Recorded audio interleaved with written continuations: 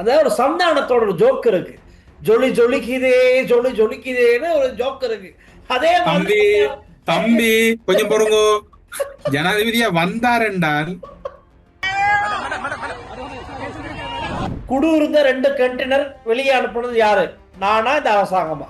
323 container அனுமதி இல்லாம வெளியே எப்படி போனுச்சு இந்த அரசாங்கம் வந்தோட? அதுக்கு காரணம் யாரு? நானா இவங்களா அப்படின்னு கேக்குறாப்புல.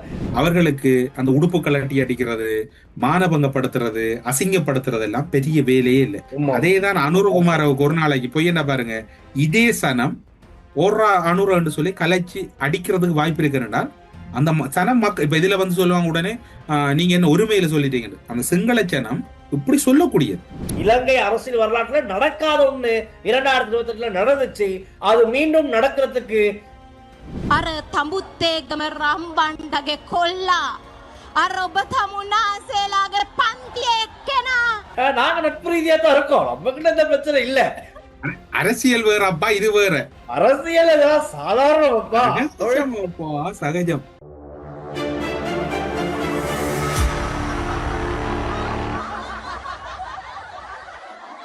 ஸ்விஸ் பெர்ன் மாநகரம் ஹூட்வில் நகரில் உங்களுக்கான கனவு இல்ல அபார்ட்மெண்ட் காத்து கொண்டிருக்கிறது. அழையுங்கள். ஹலோ அண்ணா, வணக்கம். வணக்கம் வணக்கம். அப்படி சிவப்பு சட்டையோட இறங்கிட்டீங்க. அத சிவப்பு சட்டை இப்ப வாரேன் பாருங்க பாருங்க. ஒற்றே மேல் அலுப்பா இருக்குமே, எப்படி அதுக்குள்ள இந்த வந்தீங்க? சரியான கஷ்டம் வந்து அதான் சொல்றது. இப்ப நான் முதல்ல சொல்லியிருந்தேன், இந்த எஸ்எல்பிபி வாரியர்ஸோட ரொம்ப கஷ்டம், கடினம். அப்படி தள்ளு முள்ளு பாவம். சிராந்தி ராஜபக்ச வயசான ஒரு அம்மையார் தானே அவங்க. அவங்கள போட்டு அவங்க நான் நினைக்கிறேன் ஏதோ பிளேயர் நினைக்கிறேன் இல்லையா, ரக்பியோ ஏதோ அப்படி. ரக்பியா சரியா, ஏதோ ஏதோ அவங்க விளையாட்டு நல்ல ஸ்போர்ட்ஸ் மேன் தான் சொல்லுவாங்க. அவங்களுடைய இளவயது காலத்தில் ஏதாவது விளையாடி இருப்பாருங்க. ஆனா இது இப்ப இந்த காலத்துல அவங்களுக்கு விளையாட முடியுமா?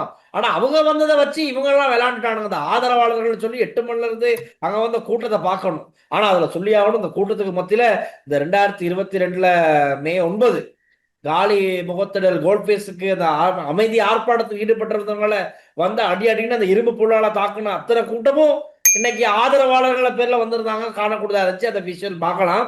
இப்ப இப்படி இருக்க நேரத்துல வந்து ஒரே தள்ளு. ஆனா அம்மையார சும்மா சொல்லக்கூடாதுன்னா அப்படி அந்த ஒரு சந்தானத்தோட ஒரு ஜோக் இருக்கு. ஜொலி ஜொலிக்குதே, ஜொலி ஜொலிக்குதேன்னு ஒரு ஜோக் இருக்கு. அதே மாதிரி தம்பி கொஞ்சம் பொறுங்கோ. ஜனாதிபதியா வந்தார் என்றால் அண்ணா கண்டது சொல்றேன். இல்ல இல்ல, ஜனாதிபதி போட் எண்ணிட்டு இருக்கக்குள்ள டில்சான் ஃபேமிலியோட கப்புட்டு காக்கா மாதிரி சூக்கேஸோட நிக்கணும் ஏர்போர்ட்ல. அம்பி சும்மா இருங்க. இப்ப விளங்க இப்ப விளங்க சிவப்பு ஷர்ட்டுக்கு ரத்து பாட்டு. அதான் அவங்க 2 பேருமே முன்னாள் ஜனாதிபதி மஹிந்த ராஜபக்ச, அவங்க பாரியார் சிராந்தி ராஜபக்ச 2 பேரும் கேபிள்ல தான் வந்திருந்தாங்க. நல்லா நல்லா இருந்துச்சு.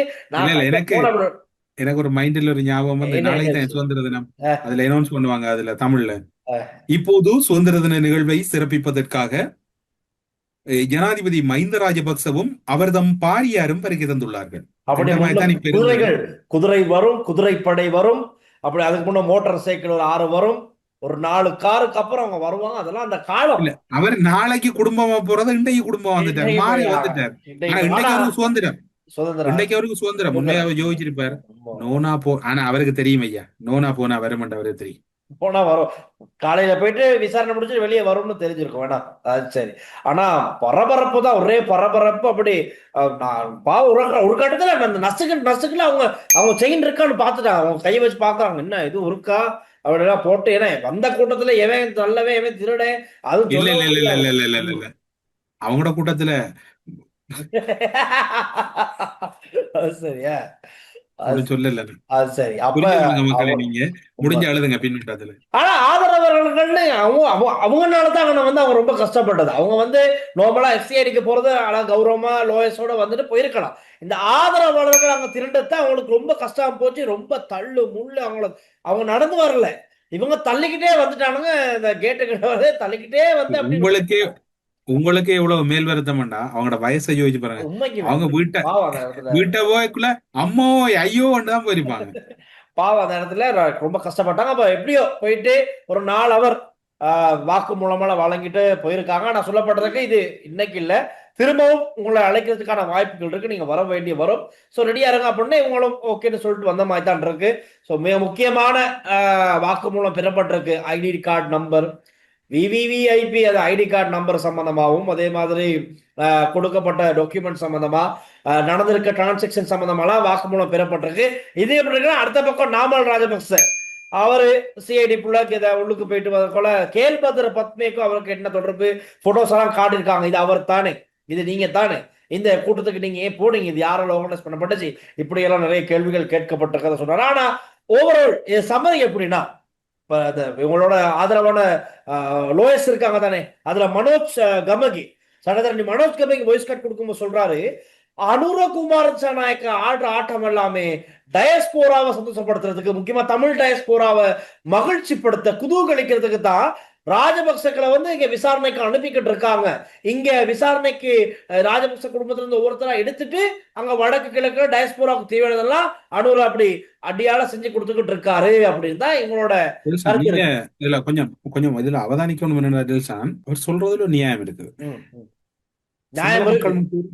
சிங்கள மக்கள் மத்தியில அவங்க இந்த கருத்தை மெல்ல மெல்ல விதைச்சு கொண்டு வரணும் பிளான் பண்றாங்க. எஸ் எஸ் எஸ் அது இன்னைக்குல கடந்த ஒரு சில காலமா வாரம் அனுரகுமார வீட்டுக்கு போறது நிச்சயமா அவங்க கன்ஃபார்ம் பண்ணுவாங்க.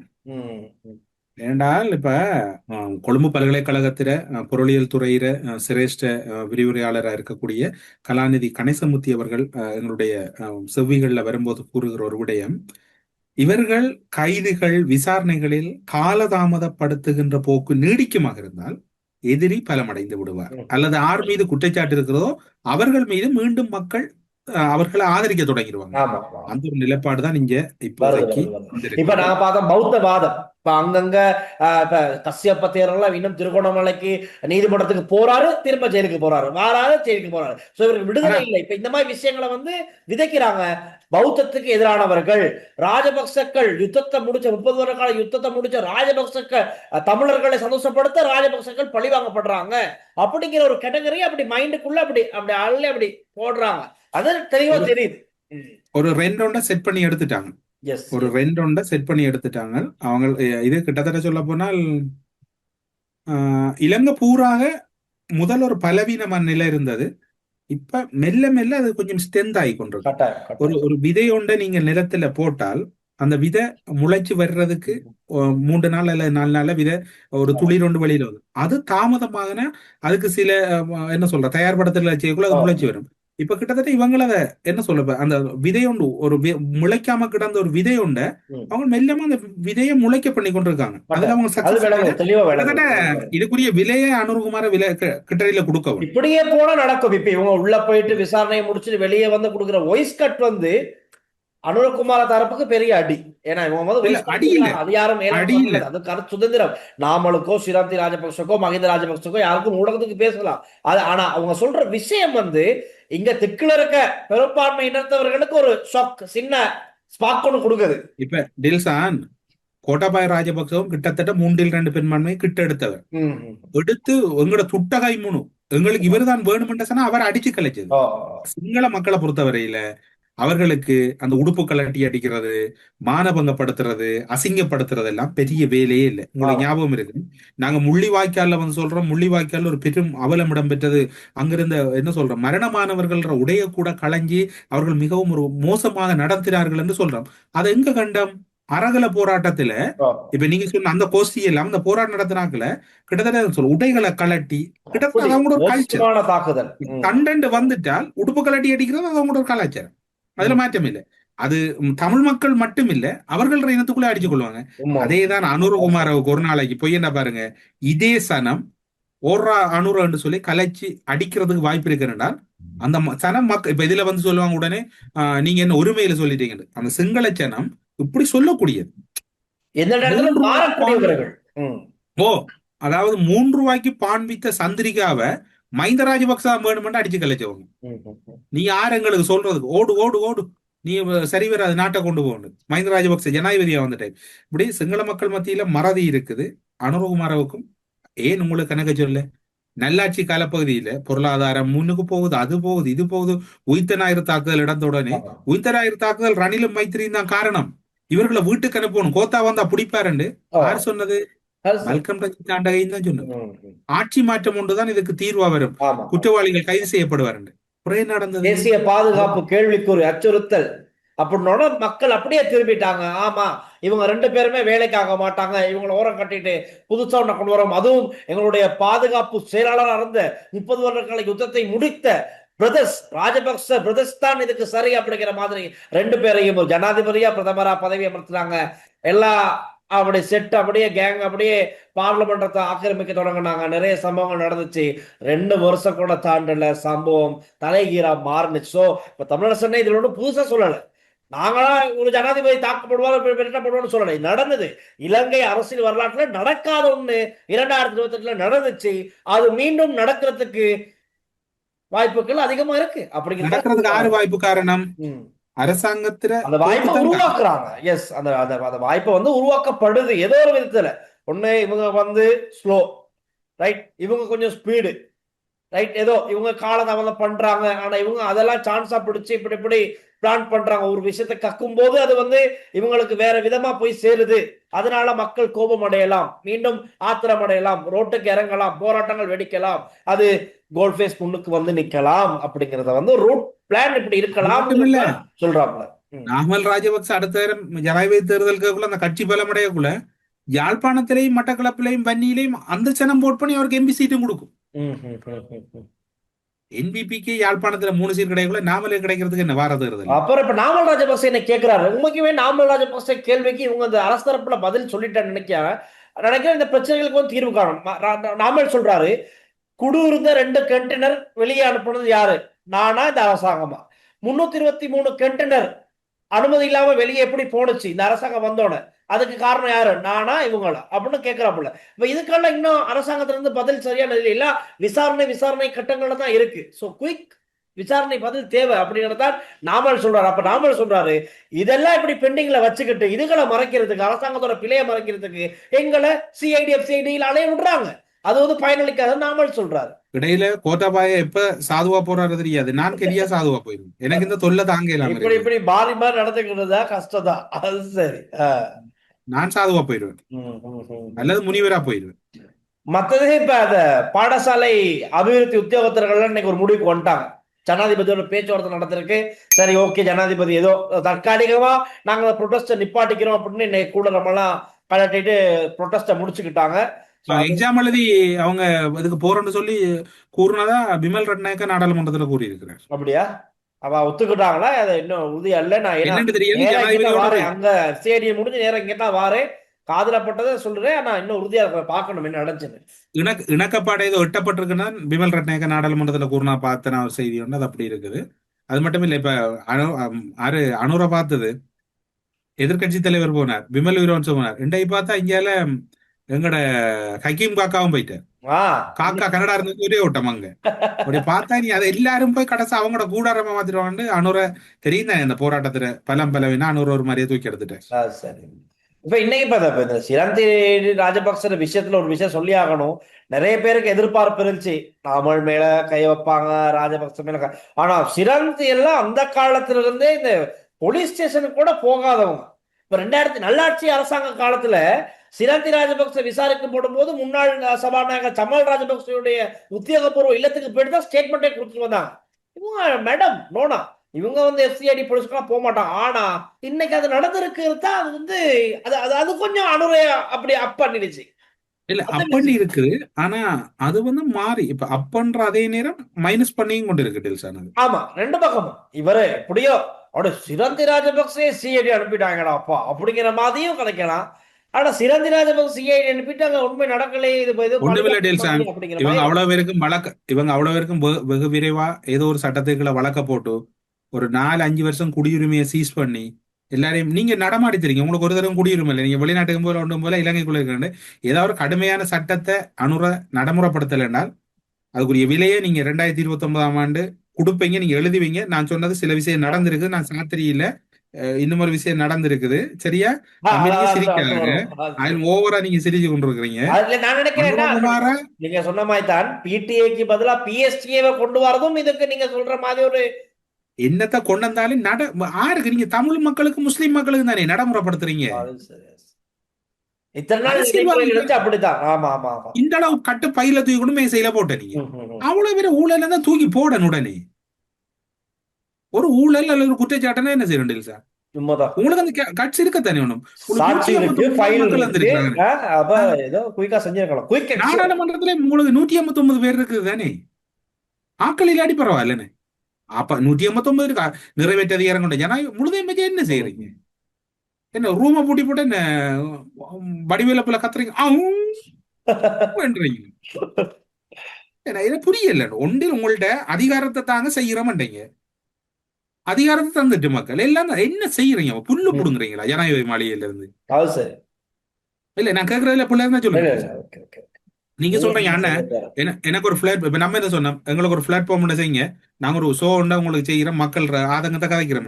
நானும் நீங்களே கதைக்கிறேன். உங்களுக்கு என்ன சொல்றேன், எத்தனை மக்கள் வாழ்த்து சொல்றாங்க அல்லது போன் பண்ணி கதைக்கிறாங்க, டில்சார் உங்களை எவ்வளவு பேர் சொல்றாங்க பாக்கணும்னு. அப்ப அவ்வளவு பேர் பாக்குறேன்னு சொன்னா டில்சாம் வந்துட்டு அனுரா நல்லா இருக்கிறார், நல்லா இருக்கு ஏட்டா உங்களை மக்கள் போன் பண்ணி உங்களோட வாழ்த்து அதுக்கு ஒத்துக்க மாட்டாங்க. அது கஷ்டம். நீங்க என்ன சொல்ற, எல்லாருக்கும் நல்லவனா நடிக்கல விளங்குதா? நீங்க அங்க போய் யாழ்ப்பாணத்துல போய் ஜம்பரை போட்டு நடந்த உடனே அங்க என்ன சொல்றாங்க, மக்களோட இருக்கிறவங்க சொல்றீங்க. இங்க கொழும்புல வந்து டவுசரை போட்டு நடந்த மக்கள் ஒன்றில் உங்களுக்கு எல்லாம் மக்கள் தந்து இருக்கிறாங்க. கிட்டத்தட்ட கடவுள்ற கொடை மாதிரி 189 ஆசனங்கள் நிறைவேற்ற அதிகாரம் கொண்ட ஜன. இதை விட உங்களுக்கு என்ன வேணும்? சட்டத்தை நடைமுறைப்படுத்த இல்ல சொல்ல மாட்டேன். நல்லா போகுதே, ஏன் என்ன குயிக் பண்றீங்க? SLPP மக்கள் கணக்கே எடுக்கல. 2-3 சீட் என்ன 3 நேஷனல் சீட்டோட 3 அந்த கட்சியை பார்த்து நீங்க நடுங்கி கொண்டிருக்கிறீங்கடா. ஆனா சிலவள் உங்களுக்கும் அவங்களுக்கும் இருக்கிற பந்த பாசங்களோ தெரியாது. நான் மஹிந்த ராஜபக்சவுக்கு ஜனாதிபதி ஆக்கணும்னு சந்திரிகாவுக்கு பெற்றும் அழுத்தத்தை கொடுத்து அவரை ஜனாதிபதி ஆக்குனதுல இந்த அனுர, டெல்வின் சில்வா, சோமவன் சமரசிங்க, பிமல் வீரவன்ச, சுனில் ஹந்துநெத்தி, மற்றது கேரி லால்காந்த, அதுல பிமல் ரட்நாயக்கோட பேர் விரைவா முடிக்கணும்னு கூட தரப்பு கொஞ்சம் இதுக்கு நீங்க கீழே பின்னூட்டாங்களா? இது உண்மையில ஒரு கேவலம் கட்ட வேலையா தான் இருக்கு இந்த அரசாங்கத்துல. இல்லாட்டி சார் இப்ப யோசிச்சு பாருங்க, எல்லாம் தான்றீங்க, தந்ததுக்கு அப்புறம் ஒண்ணு செய்யல நீங்க என்ன. ஆனா ஒன்று மட்டும்தான், சிங்கள மக்கள் தமிழ் மக்களை போல இல்ல. அவங்க ஒரு தரம் உங்களை இப்படி உயரத்து கொண்டு வாங்க, திரும்ப அதே உயரத்துல இருந்து இறக்க மாட்டாங்க, புட்டிச்சு ஒரு தள்ளு. ஆனா அதுக்கான வழிய அனுர விடாம இருந்தா சரி. அனுர வழி விட்டுட்டார், நாமல அந்த சைட் எடுத்துட்டு நீ கொஞ்சம் கஷ்டம் தான். நீங்க அடுத்த மாநசபை தேர்தல் வச்சு பாருங்க, ஒவ்வொரு மாநசபையிலையும் 3-4 சீட் எடுத்து அவங்க மெல்ல மெல்ல எப்படி நல்லாட்சியில அவங்க பின்னுக்கு இருந்து முன்னுக்கு வந்தாங்களோ அது மாதிரி இப்ப திரும்ப முன்னுக்கு வருவாங்க. அவங்ககிட்ட இருக்கிற மூலதனம் இனவாதம். ஓகே தானே? இப்ப பார்லிமெண்ட்ல இன்னொரு கதை அடிப்படைச்சு நீங்க வேற ஆல்ரெடி சொல்லியிருந்தீங்க ஒரு விஷயத்த. பார்லிமெண்டத்துல குழு தலைவராக ஸ்ரீதரனை நீக்கிட்டு சாணக்கியனை தெரிவிச்சிருக்காங்க. இன்னைக்கு நம்ம எமது தலைமுறை கட்சி கருணாநிதி ரொம்ப ஆவேசப்பட்டு எங்களுக்கு ஒரு வாய்ஸ் கட் கொடுத்திருக்காரு. ரொம்ப கோவப்பட்டு என்னைக்கு இல்லாம இன்னைக்கு ரொம்ப கோவப்பட்டாரு. அடி செம்ம அடி அடிச்சிருக்காரு. பார்க்கலாம், இதுல நாங்க சில கட்டணம் போடுவோம். திறமையானவர்கள், செயற்படக்கூடியவர்கள், சட்ட திட்டங்களை நுட்பங்களை அறிந்து செயல்படக்கூடிய ஒருவராக இருக்க வேண்டும். அது சாணக்கியனிடம் இருக்கின்றதா? தலையில மசுரே இல்ல மொட்டைக்கு எங்க மூளை இருக்க போகின்றது? கிடையாது. என்ன செய்திருக்கிற இவ்வளவு காலம் இவர்கள் ராஜபக்சேக்கு பின்னும் முன்னும் கழுவி விடுவதுதான் இவர்களுடைய தொழில். நீங்க ஆல்ரெடி நீங்க சொல்லிட்டீங்க இந்த கதையை, உங்க ஏதோ ஜோசியக்காரர் மாதிரி நீங்க சொல்லிட்டீங்க. அரசியல் குழு கூட்டம் நடைபெறுவதற்கு முதல் நாள் நான் நினைக்கின்றேன், என்னுடைய ஞாபகத்தை கட்டிய வகையில் அந்த அரசியல் குழு கூட்டத்தில் என்ன விடயம் இடம்பெறப் போகிறது என்பதை அதற்கு முந்தைய நாள் நாட்டு நடப்பு லங்காஸ்ரீயில் இடம்பெறுகிற நாட்டு நடப்பு நிகழ்ச்சியிலே நான் திட்ட தெளிவாக கூறியிருந்தேன். ஸ்ரீதரனுடைய அரசியல் குழு உறுப்பினர் பொறுப்பிலிருந்து அவரை விலக வைப்பதற்காகவும் புதியவரை நியமிப்பதற்காகவும் இந்த கூட்டம் இடம்பெறுகிறது என்பதை முதல் நாளே நாங்கள் வலியுறுத்தி இருந்தோம். அவை இடம்பெற்றிருக்கின்றது. நாம் இந்த தளத்தில் உத்தியோகபூர்வமாக கூறுகின்ற விடயம் அத்தனையும் நிதர்சனமாக இடம்பெற்றுக் கொண்டிருக்கிறது. போன தரம் தீர்மானம் நிறைவேற்றக்குள்ள சாமர சம்பத், தயாசிரி பார்லமெண்டத்துல சொல்றாங்க அவங்களோட கருத்துக்கு செவிசாய்த்து ஒரு பதவியில உண்டு. இப்ப தயாசிரி சொல்றார் கம்யூனிஸ்ட் கட்சி இந்த தீர்மானத்தை பொறுப்பேற்று சிறிதரம் பதவி விலகணும். நாளைக்கு என்ன தீர்மானம் வரப்போது? நாடாளுமன்றத்தில் எதிர்கட்சியினர் கொந்தளித்துக் கொண்டிருக்கிறார்கள். எனவே ஸ்ரீதரன் இதற்கு மதிப்பளித்து பதவி விலகணும். ஆனால் இன்னும் ஒரு சம்பவம் இருக்காம அரசியல் அரசியல் குழுவுக்கு மட்டக்களப்பு மாவட்டத்தில் இருக்கக்கூடிய சுமந்திரன் அணியிற நாடாளுமன்ற உறுப்பினர் ஒருவர் பேரை பரிந்துரை செய்கிறதா இந்த சமூக வலைத்தளங்கள்ல எழுதுறாங்க. அது உண்மை போய் தெரியாது நமக்கு. அது உண்மை போய் தெரியாது. உத்தியோகபூர்வமற்ற தகவல், அது உத்தியோகபூர்வமற்ற தகவல் தெரியாது. அதுக்குத்தான் நாளைக்கு அவசரமா கூடுதான். அதுல கூறுறதுல பார்த்தால் அண்மை காலமா மத்திய குழுவை நிப்பாட்டிட்டாரா சுமந்திரன் கூறுறத. ஏன்னா மத்திய குழுவை சமாளிக்க இயலாத அங்க கேள்விகள் அதிகமா. இப்ப அரசியல் குழுவை கூடி அதுல இருக்கிற எல்லாரும் அவர் அணியை சேர்ந்த இப்ப வைத்திய சத்தியலிங்கமா இருக்கலாம், சாணக்கியன், கலையரசன், துரை ராஜசிங்கம், கோதாசன். அவர் எந்த பக்கம் தெரியாது, அவருக்கும் தெரியாது எந்த பக்கம். சிவிக்க சிவஞானம். அப்ப அதுல இன்னும் ஒரு விடயம் இருக்குது. நாடாளுமன்ற உறுப்பினர்கள் எல்லா கட்சியிலையும் இந்த பொலிட் பீரோவுக்கு அந்த நாடாளுமன்ற உறுப்பினர்கள் போறது வளமை. அப்ப நாடாளுமன்ற உறுப்பினர்கள் எங்களையும் அந்த அரசியல் குழுவுக்கு எடுங்க, என்னோட முக்கிய தீர்மானங்கள் எடுக்கிற இடத்துல நாங்களும் இருக்கணும் மக்கள் விரைவில் ஒரு கடிதம் கொண்டு போயிருக்கு. அதுல நாடாளுமன்ற பேர்ல இருங்க அவங்களை கொண்டு வந்தா அதுக்குள்ள நியாயமான முடிவெடுக்க வேண்டி வரும். அந்த கடிதத்துக்கு ஒரு சக், அந்த கடிதத்துல கதை முடிச்சு. இப்ப அரசியல் குழுவோட தான் இப்ப தமிழரசு கட்சி போகுது. இது நாங்க ஆல்ரெடி இப்ப இது எல்லா நியூஸ்களும் பிரேக்கிங் நியூஸ், அந்த நியூஸ் இந்த நியூஸ் எல்லாம் கூடாது. இப்ப உதாரணம் சொல்ல போனா அரசியல் குழு தமிழரசு கட்சியில, நான் திரும்பவும் சொல்றேன், தமிழரசு கட்சியில் அரசியல் குழுக்கு அதிகாரம் இல்லை. ஸ்ரீதரனை நாடாளுமன்ற குழு தலைவராக நியமிச்சதா இருக்கலாம், அல்லது சத்தியலிங்கம். அது அரசியல் குழு ஒரு முடிவெடுத்தா அதை மத்திய குழுவுக்கு போடணும். மத்திய குழுவுக்கு போட்டு அந்த மத்திய குழுவோட அனுமதியோட தான் இவை நடைமுறைப்படுத்தப்படும். ஸ்ரீதரனை நியமிச்சதும் செல்லாது, சாணக்கியனை நியமிச்சதும் செல்லாது. ஏன்னா ரெண்டு பேரையும் அரசியல் குழுவுக்கு அதிகாரம் இல்லை. அந்த யாப்பின் படி இத ஒரு தமிழரசு கட்சியில அடிப்படை உறுப்பினர் ஒருவன் இத வழக்கு போட்டு தமிழரசு கட்சியில யாப்பு கேள்விக்குட்படுத்தப்பட்டிருக்கு, தமிழரசு கட்சியில யாப்பு முழுமையா மீறப்பட்டிருக்கு.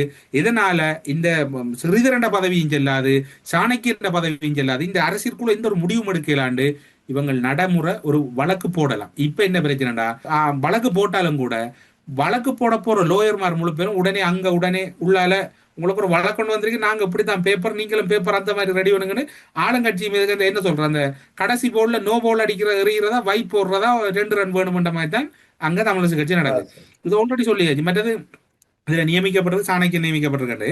அரசியல் குழு சுமந்திரன் அணி, அதுல இருக்கிற அத்தனை பேர் இப்ப சத்தியலிங்கம், துர்ராஜசிங்கம், சுமந்திரன், சாணக்கியன், கலையரசன், மற்றது கோதாசன், அவர் எந்த பக்கம் இல்ல.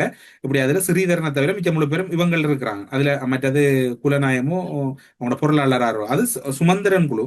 இப்ப சுமந்திரன் முதல் இப்ப நாடாளுமன்றத்துல 2 விஷயம் இருக்கு டெல்சா. அதாவது அவங்களோட மூப்பு அடிப்படையில சில நியமனங்கள் வழங்கப்படுறது. நாடாளுமன்றத்துல 2 கதிரை கொடுத்து முன்வரிசையில கொடுக்கப்பட்டது. அதுல ஒரு கதிரையை சாணக்கியன் கடன் வாங்கி 1 வருஷத்தால கொடுக்குறேன்னு இன்னும் கொடுக்கல. அந்த கதிரை மேல கொடுக்குறேன்னா கோடீஸ்வரன் இல்ல சிறுநேசன் கொடுக்கணும். இந்த நாடாளுமன்ற குழு தலைவர் பதவி யாருக்கு கொடுக்கணும்னா கொடுக்குறேன்னா கூட மூப்பு அடிப்படையில கொடுக்கணும். இப்ப அதுவும் இல்ல. இப்ப நாடாளுமன்றத்துல கொறடா சத்தியலிங்கம், நாடாளுமன்ற குழு தலைவர் சாணக்கியனடா, கிட்டத்தட்ட கட்சியும் சுமந்திரன் குழு விட்ட நாடாளுமன்றமும் சுதந்திரம் குழு. இப்ப கிட்டத்தட்ட இது என்ன சொல்ற சொப்பன சுந்தரிமே இருக்கும். அது சரி, யாரு வச்சிருந்தா யாரு வச்சிருக்காங்கதான் கேள்வி.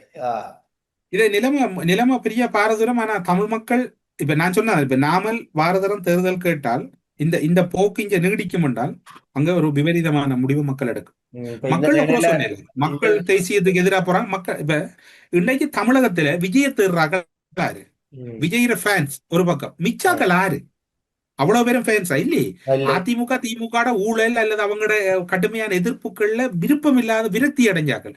அது மாதிரி இந்த தமிழரசு கட்சி, தமிழ் தேசிய கட்சிகள் அலங்கோலங்களை பார்த்து தென்னிலம் கட்சியை வாக்கு போடுவாங்க. இதுல என்ன இருக்கு டெல்சா உங்களுக்கு? என்ன பொறுத்தவரை சொல்ல போனால் எந்த ஒரு பதவியையும் நீங்கள் பறிக்க கூடாது, அது உங்களுக்கு தானா வரணும். இது ரொம்ப விமர்சனத்துக்குள்ளா இருக்கு இப்ப தமிழர்கள் மத்தியில, நம்ம மக்கள் மத்தியில.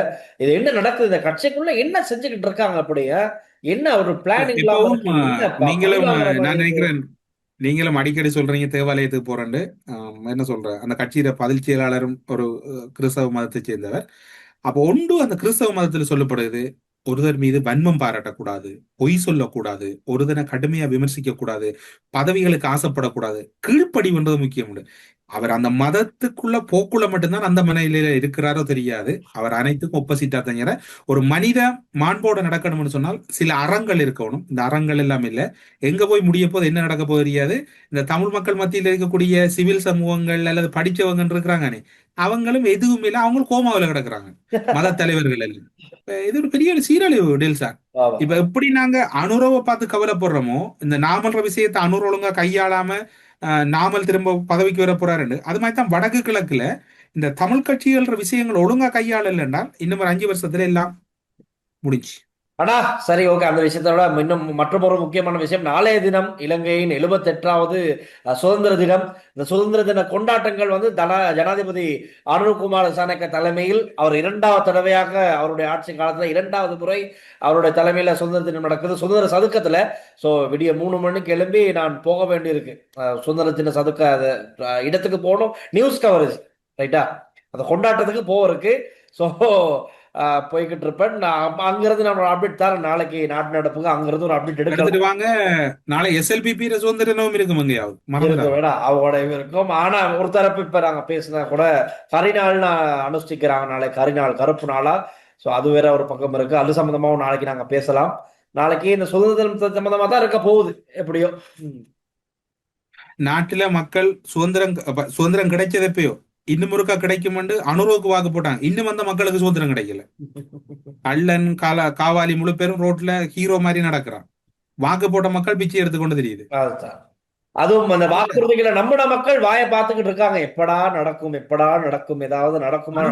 நான் உங்களுக்கு கொண்ட சொல்றேன், உங்களை எல்லாரும் சொல்றாங்க கௌரவ, அது இப்ப நாங்க இங்க வெளிநாடுகள்ல அது நோமலா வந்து மிஸ்டர் பிரசிடென்ட் சொல்ல, அது மாதிரி அனுரகுமார் உங்களை நினைச்சு நாங்க உள்ளுக்குள்ள அழுகிறோம். என்னென்றால் நீங்க கத்தாவனம் கொந்தாய் வெட கொந்தன, உங்களோட வெட எங்க ஸ்லோ கீழத்தமா கேட்டது. நாளைக்கு இவர் வருவாரோ தெரியாது, நம்ம எதிர்கட்சி தலைவர் சஜித் பிரேமதாச, திலீத், அப்புறம் நம்ம நாமல் வருவாங்களோ தெரியாதா.